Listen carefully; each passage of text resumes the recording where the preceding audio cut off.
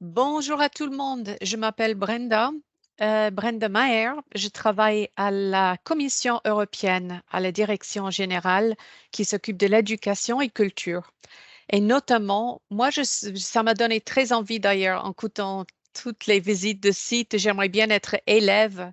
Et en fait, à la base, j'étais professeur moi-même et ça donne très envie de découvrir l'Europe via des situations réelles parce qu'il n'y a rien qui est mieux de se faire bouger euh, pour découvrir l'Europe. Alors, c'est tout ça, ça fait partie de l'Erasmus+. Donc, vous avez entendu la possibilité des visites des sites offerts par le Parlement européen, mais ici, on est la Commission européenne et moi, je suis là pour vous parler de comment on pourrait soutenir l'enseignement Europe avec le financement en soutien vraiment vraiment fixé sur le financement. Donc voilà, je vais passer au slide pour vous expliquer un peu le programme de Jean Monnet, qui fait partie du Erasmus+ et tout ce qui est offert là-dedans. Pendant 35 ans, les actions de Jean Monnet étaient liées à l'enseignement supérieur uniquement, c'est-à-dire les universités qui voulaient enseigner sur l'Europe. Mais depuis 2 ans, on a une nouvelle offre qui va vers les écoles. On a commencé donc tout ça se trouve dans le guide et on a commencé en 2021 avec une nouvelle action qui se trouve dans la partie du guide Erasmus+, qui s'appelle Autres secteurs de l'éducation et de la formation. Je mets les guillemets parce que malheureusement, quand on insère quelque chose de nouveau dans une grande guide, c'est bien caché vers la fin. Donc, les guillemets et les titres sont pertinents pour pouvoir le retrouver si jamais par la suite.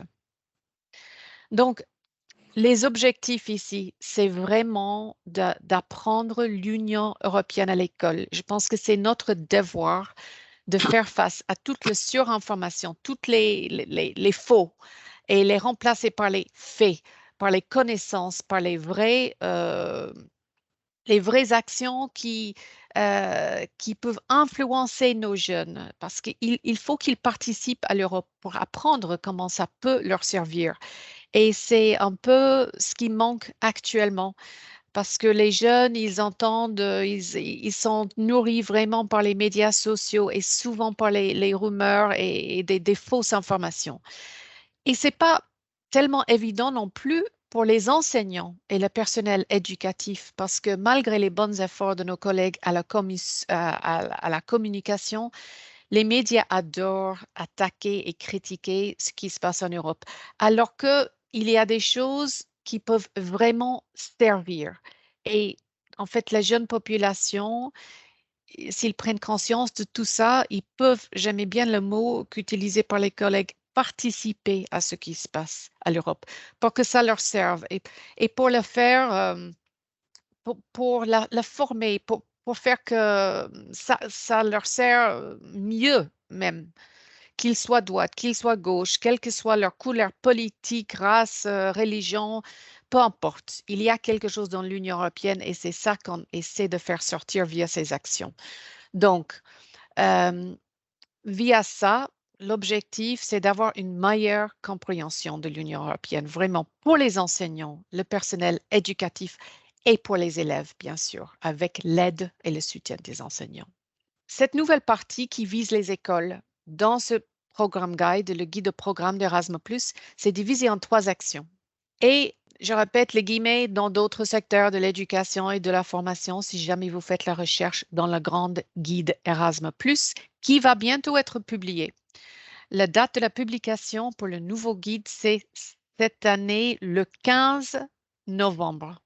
Donc, et à partir du décembre, on peut introduire les demandes. Mais il y a 3 actions pour les écoles. Il y a d'abord la formation des enseignants. Alors là, ça ne s'adresse pas aux écoles directement, ni aux profs, mais aux institutions supérieures qui forment les profs. Et donc, si vous êtes intéressé par le développement professionnel ou si vous êtes un nouvel prof en train de se former pour devenir prof, vous pourriez s'inscrire à une des actions qui vont sortir de ça parce qu'on espère, via cette action, que si je peux dire, les enseignants, des professeurs vont sortir des kits d'outils qui va vous servir dans la salle de classe et qui va mieux vous armer pour pouvoir enseigner sur l'Europe. Ensuite, et celle-ci s'adresse vraiment aux professeurs même, l'apprentissage des initiatives de l'Union européenne, c'est pour les établissements scolaires. Et là, vous pouvez, en tant qu'école unique, vous ne devez pas faire chercher des partenaires ni quoi que ce soit, introduire une demande. Ça s'adresse aux écoles primaires, aux écoles secondaires et aussi aux écoles de formation professionnelle.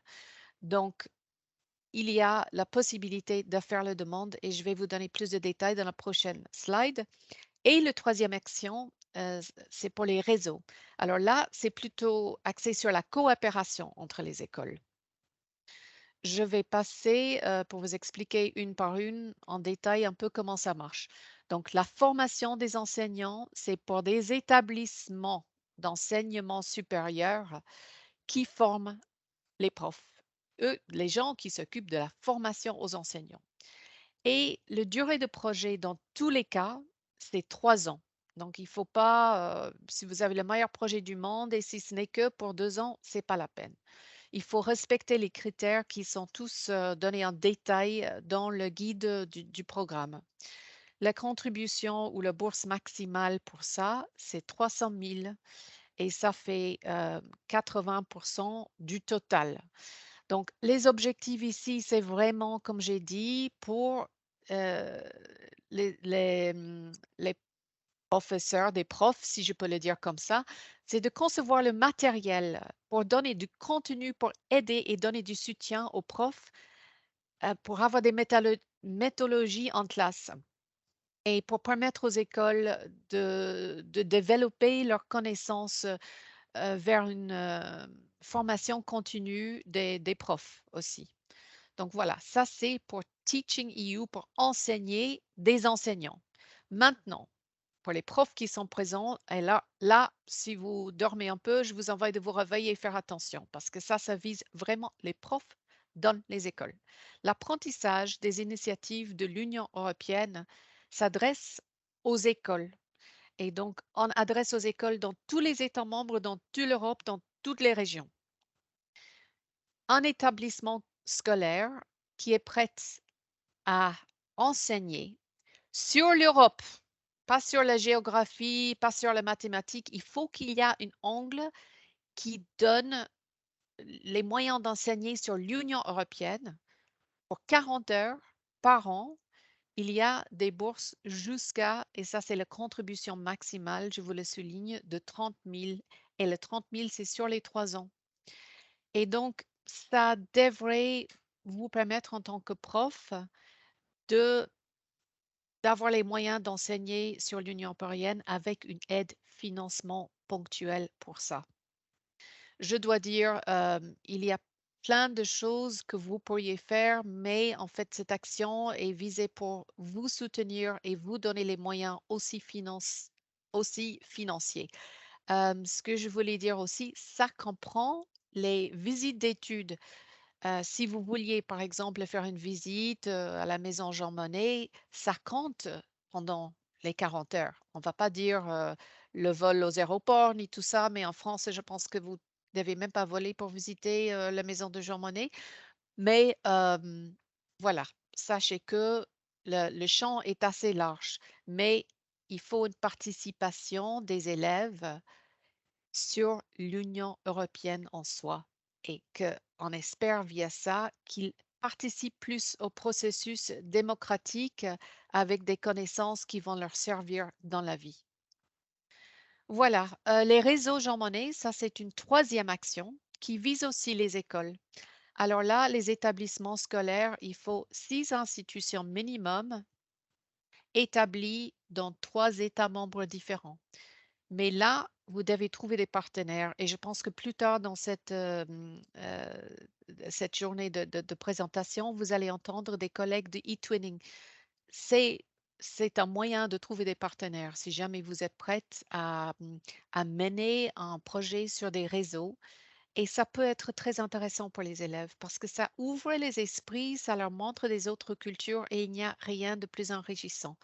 Donc, je vous encourage, les profs qui sont présents, vivement, jetez un coup d'œil sur le guide du programme et voir si vous avez une idée. Les liens qui sont utiles, comme je vous ai dit, tout ce que j'ai expliqué, ça ne fait pas partie du programme du Parlement en soi. Ça fait vraiment partie de la Erasme Plus et le guide. Donc, je vous ai mis le lien dans le PowerPoint et tout ça vous serez envoyé par la suite. Et ce que je dois vous dire, moi, je suis de côté politique de ça, mais pour introduire une demande et pour les détails de comment gérer ça, les évaluations, etc., c'est notre agence exécutive et j'ai mis aussi leur adresse email. Et on va entendre nos collègues de l'Agence nationale Erasmus+, qui sont fantastiques, et elle va vous parler un peu plus tard, Naomi. Euh, si vous avez besoin d'idées, c'est souvent ça. Je pense que si vous êtes tous là, vous êtes déjà un peu motivés à savoir plus sur l'Europe et l'Union européenne pour partager avec vos élèves. Mais alors, nous avons un livret et là, je vous ai donné en lien et ça existe dans toutes les langues. Les profs de langue, pourquoi ne pas parcourir ça en anglais et partager avec vos élèves pour leur montrer ce qui se passe dans les autres pays? Et puis, on a un autre super espace apprentissage qui existe aussi dans les langues pour vous donner des outils, des idées, des quiz. Et ça, c'est géré par l'ADG, enfin le département qui s'occupe de la communication. Ça vaut la peine d'aller là pour avoir des idées. Alors, la première action que je vous ai présentée, c'était la formation des enseignants. Alors, on a Dr. Emmanuel Schoenkood-Liven, c'est une de nos pionnières qui a reçu la subvention pour un Jean Monnet Teacher Training Grant.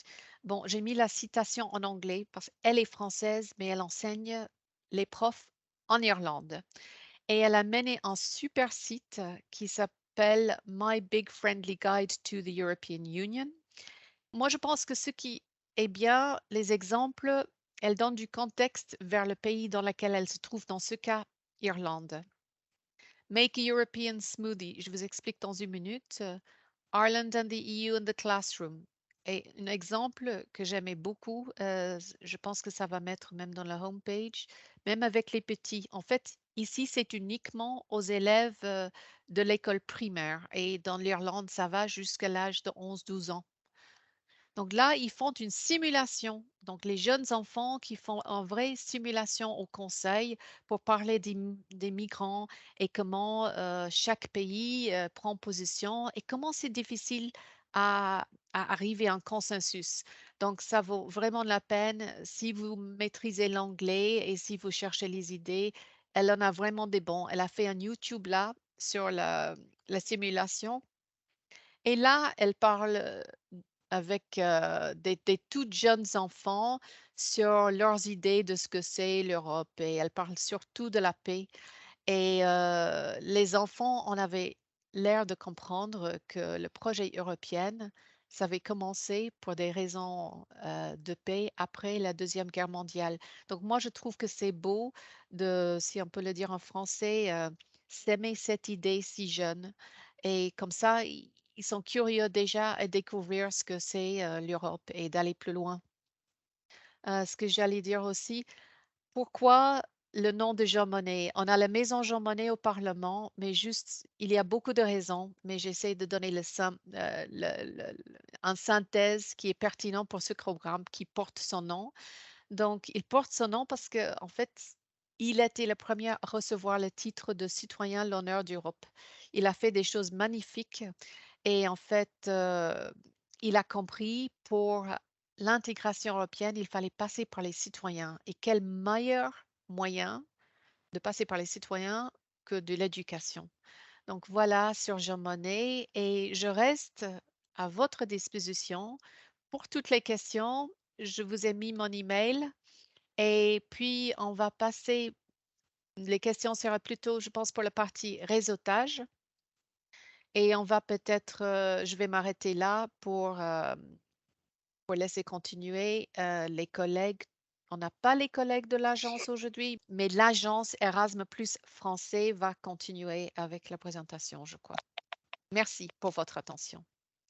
Bonjour à tous et à toutes, je suis ravie d'être là, merci pour l'invitation. Donc, je prends le relais de Brenda puisque j'appartiens et j'ai l'honneur aujourd'hui de représenter l'agence Erasmus pour cette visite pédagogique de la Maison Jean Monnet.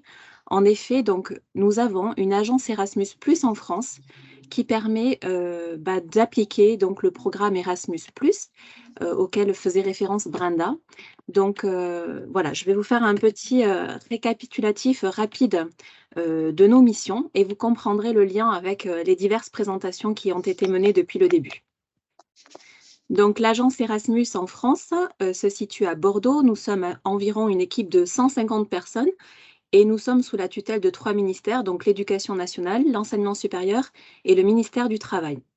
Alors, nos missions principales sont les suivantes. Donc, c'est mettre en œuvre le programme Erasmus+, qui fonctionne par vague de 7 ans. Donc, Brenda l'a dit tout à l'heure, le programme actuel est le programme 21-27. Donc, nous appliquons le volet éducation et formation. Il y a un autre petit volet qui s'appelle le volet jeunesse, qui est assuré par l'agence qui est située à Paris et qui comprend une 30aine de personnes. Donc, nous sommes à Bordeaux, l'agence principale du volet éducation-formation. Notre mission principale, c'est d'accompagner les candidats pour déposer des projets Erasmus. Et donc, si vous avez l'intention, au vu de tout ce que vous avez entendu jusque-là, d'obtenir de l'argent pour payer le transport scolaire pour venir visiter la Maison Jean Monnet, pour visiter l'hémicycle à Strasbourg, bref, pour mener vos projets européens auxquels faisait référence Brenda tout à l'heure, vous pouvez solliciter un financement. Et puis donc, n'hésitez pas à revenir vers nous. Nous sommes le point de contact pour ces actions Jean Monnet. Alors, on l'a évoqué tout à l'heure, le guide du programme Erasmus+, c'est en fait le guide de référence qui explique chaque action, chaque financement, comment déposer, les attendus, les critères de sélection. Voilà, vous retrouverez toutefois en ligne le guide du programme 2022 et l'action Jean Monnet, les initiatives pour apprendre l'UE sont déjà disponibles entre les pages 404 et 409. C'est une action qui est facile à lire puisqu'elle est assez courte dans le guide du programme et vous pourrez vous imprégner de la philosophie un peu de ces actions pour pouvoir vous préparer pour déposer votre projet en février. Alors, ce guide du programme, où pouvez-vous le retrouver? Donc, bien sûr, sur Google, si vous tapez guide du programme Erasmus+, vous allez le trouver en anglais, en français. Mais nous avons un site et c'est le site de référence pour vous, les Français, les professeurs, les enseignants, les chefs d'établissement. Si vous voulez en savoir plus, nous avons un site pour candidater qui s'appelle Mon projet Erasmus+, et nous avons récapitulé dans certaines rubriques, donc les documents utiles, donc par exemple le guide du programme, les liens vers les formulaires de candidature, les résumés de chaque action si vous n'avez pas envie d'éplucher le guide qui fait 400 pages. Donc c'est vraiment votre site de référence que je vous recommande vivement d'aller visiter, donc monprojet.erasmusplus.fr. Nous le mettons régulièrement à jour et nous vous indiquons nos sessions d'accompagnement, etc. Comme l'a dit Brenda tout à l'heure, vous avez peut-être besoin d'imaginer vos projets. Donc, on a eu le bel exemple de l'école irlandaise avec les projets Smoothie, les projets de simulation de Parlement. Eh ben, vous avez une brochure qui est également sortie et qui est vraiment une mine d'idées formidables pour se donner des idées de ce que l'on pourrait faire autour de l'Europe dans son établissement. C'est la brochure que vous voyez à l'écran qui s'appelle donc « Apprendre l'UE à l'école ». Donc, vous verrez qu'on parle de Club Europe, on parle de projets, de voyages scolaires, de débats, on parle d'échanges entre élèves via e-twinning, par exemple, sur certains ateliers ou sur certains clubs Europe. Bref, il y a pléthore d'informations et pléthore d'idées pour essayer de concevoir votre projet qui correspond à vos envies dans votre établissement scolaire. Et rappelons-le, que ce soit du premier degré, second degré et lycée professionnel. Donc vraiment, c'est une action, moi aussi, comme Brenda, que je vous encourage en tant qu'ex-enseignante de regarder en détail parce que vraiment, avec en plus toutes les informations du jour, avec les idées de voyages scolaires, de ressources en ligne, vous avez vraiment de quoi mettre vraiment de l'Europe dans vos enseignements au quotidien. Et puis aussi, vous avez une plateforme, vous le voyez à droite de l'écran, qui recense les projets Erasmus+, qui ont été financés. Et pour vous, c'est une occasion rêvée de découvrir en fait une mine d'or de projets. Et aussi, c'est intéressant, en complément de l'offre e-twinning qui va vous être présentée, ça permet aussi de repérer des écoles avec leurs coordonnées, leurs adresses, leur site internet, des écoles qui ont déjà mené des projets Erasmus et que vous pourriez tout à fait contacter. Ça fait partie du petit contrat Erasmus quand on reçoit un financement. On s'engage à parler du programme Erasmus, de répondre aux différentes sollicitations qui pourraient surgir après avoir mené un joli projet. Donc n'hésitez pas à contacter ces écoles dans toute l'Europe ou en France qui pourraient vous aider à monter votre propre projet. Et comme l'a dit Brenda, donc, vous avez la Commission européenne qui peut être une façon de vous faire accompagner, mais n'oubliez pas de nous contacter. Nous sommes l'agence, le relais de la Commission européenne. Nous sommes 2 à l'agence à particulièrement vous accompagner dans les projets Jean Monnet, et notamment si vous voulez cette action qui permet d'obtenir 30 000 euros, les initiatives pour apprendre l'UE à l'école. Donc, nous serions ravis de pouvoir vous accompagner. Et voilà, nous avons aussi en région des délégués académiques aux relations européennes, donc qui travaillent au rectorat, qui sont les experts d'ouverture européenne de chaque académie, donc votre DAREIC ou DRAREIC, le délégué régional académique. Donc n'hésitez pas à les contacter, ce sont nos interlocuteurs et ce sont eux qui sont au plus proche de vous dans les académies, aussi d'autres façons de vous accompagner. On l'a dit, donc vous pouvez aussi vous faire accompagner par des pairs, par des écoles, par des enseignants qui ont déjà mené des projets. Pour cela, c'est ce que j'ai dit juste avant, c'est la plateforme Erasmus+ Project Results. Alors, avant de laisser la parole, donc si vous êtes intéressé pour obtenir un financement, donc Brenda l'a rappelé, 30 000 euros, pour votre établissement, donc que ce soit, je le répète, une petite école du premier degré ou une grande école du premier degré, un collège, un lycée, mais aussi un lycée professionnel. Je vous invite vivement, pour l'instant, nous n'avons pas une confirmation précise de la date, mais il y aura une infosession organisée au niveau européen et en français au mois de novembre 2022. Donc, vous pourrez retrouver les informations du jour. Puis, à notre tour, en tant qu'agence française Erasmus+, nous allons mener avec ma collègue Aude Richard et nous aurons probablement l'honneur de pouvoir être accompagnée de Brenda à cette session. Donc, il y aura certainement une info-session France de questions-réponses en décembre ou janvier pour vous aider, pour répondre à vos questions, pour compléter votre candidature et espérer obtenir ce financement de 30 000 euros. Donc, pour l'instant, ne cherchez pas la candidature en ligne puisqu'elle n'est pas disponible. L'appel à proposition n'est pas encore ouvert, mais ça ne saurait tarder. Et en tout cas, retenez bien que si vous souhaitez candidater, c'est en février que vous devrez terminer votre candidature et la déposer en ligne sur le site de la commission. Donc tout ceci, toutes ces informations qui seront précisées dans les jours et les semaines à venir, vous les retrouverez sur le site Mon Projet Erasmus+. Et également, je vous invite à vous inscrire sur les réseaux sociaux de l'agence, que ce soit sur Instagram, Facebook, LinkedIn. Nous avons l'habitude voilà, quand le guide va sortir le 15 novembre, on vous le rappellera. Quand il y aura des infosessions, on vous le rappellera. Donc, je vous invite vraiment à retenir le site Mon Projet Erasmus+, et à vous inscrire à la newsletter et nous suivre sur les réseaux sociaux. Juste un petit truc. Pour le webinaire en français, ça aura lieu le 14 novembre. Mais si vous n'êtes pas disponible ce jour-là, il serait enregistré et disponible à consulter par la suite Et là, on aura des témoignages aussi des premières pionnières de la partie pour les écoles. Parce que l'exemple que je vous ai montré, c'était une professeure des enseignants. Donc, n'hésitez pas. Je pense que Naomi va le mettre sur leur site Erasmus Plus France, donc, qui est génial aussi. Merci.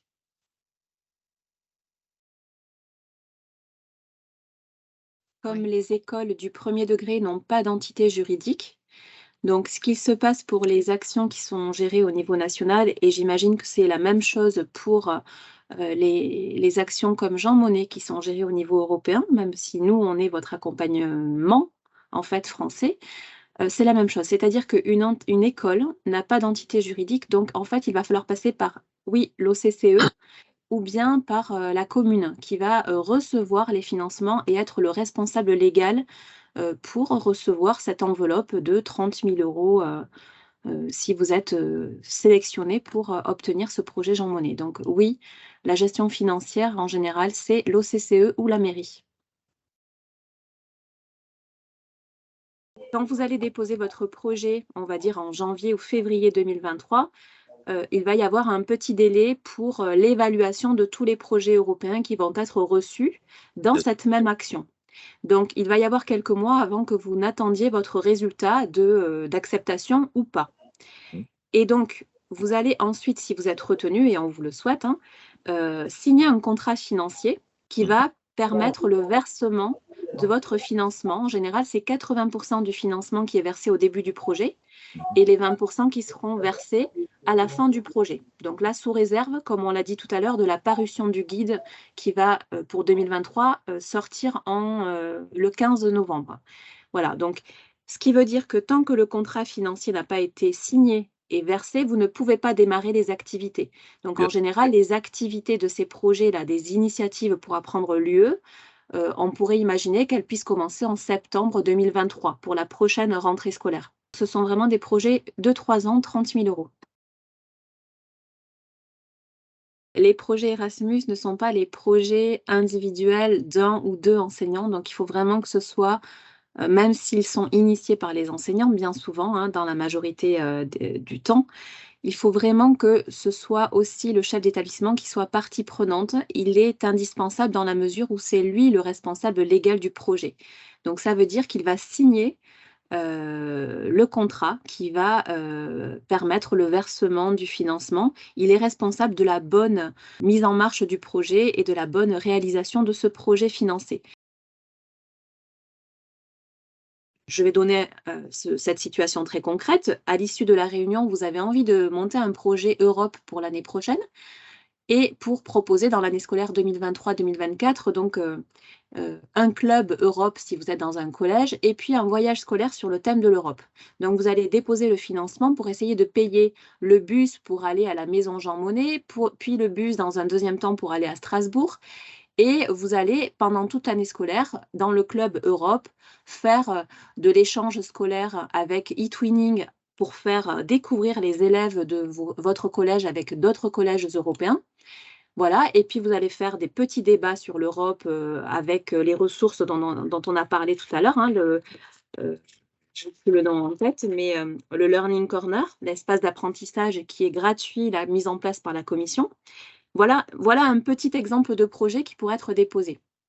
Et donc, bah, le gestionnaire va être la personne, au moment où vous allez partir en voyage scolaire, qui va réserver et payer la société de bus pour venir à la Maison Jean Monnet.